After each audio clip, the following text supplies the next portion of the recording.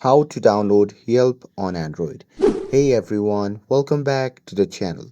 In today's video, I'm going to show you how you can easily download Yelp on your Android device. So now without further ado, let's get started. So first thing first, open the Play Store app on your phone and make sure that you're logged into your account. And now here, once you're inside the app, just tap on the search icon shown in the bottom right corner of the screen. And once you tap on it, you'll be prompted to the search section. Now here, simply tap on the search bar and here simply search for Yelp. And here on the result page, simply tap on Yelp option. And here, once you see the interface like this, just tap on the install button and after that, the installation process will start.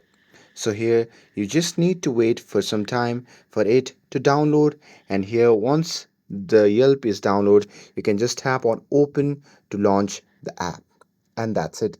That's how you can install the Yelp app on your Android device.